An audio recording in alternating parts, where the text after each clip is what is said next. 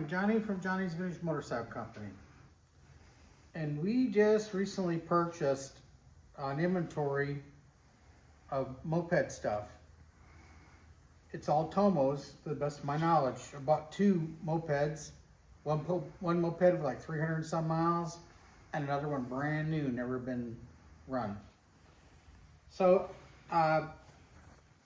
we just want to show you we have some of these parts. If you want to call us with a part number for a Tomos, we might be able to help you out. Everything is new old stock to the best of my knowledge. So like starting out here, we have like an NOS front fender, fender brackets. We got some manuals, got a fork top. There's a rod, carburetor in this box, piston in this box. Tons of small things in these bags that are numbered. Got a few gaskets, spark plug caps, and I'm imagining this is all genuine Tomos. We've even got some stickers, grips, levers, forks. We got some tires, we got new wheels, and I believe that's all Tomos.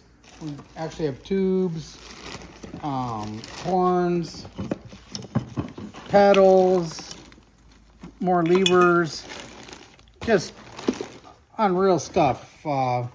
Center stand, trim, tail light assemblies, tail lights.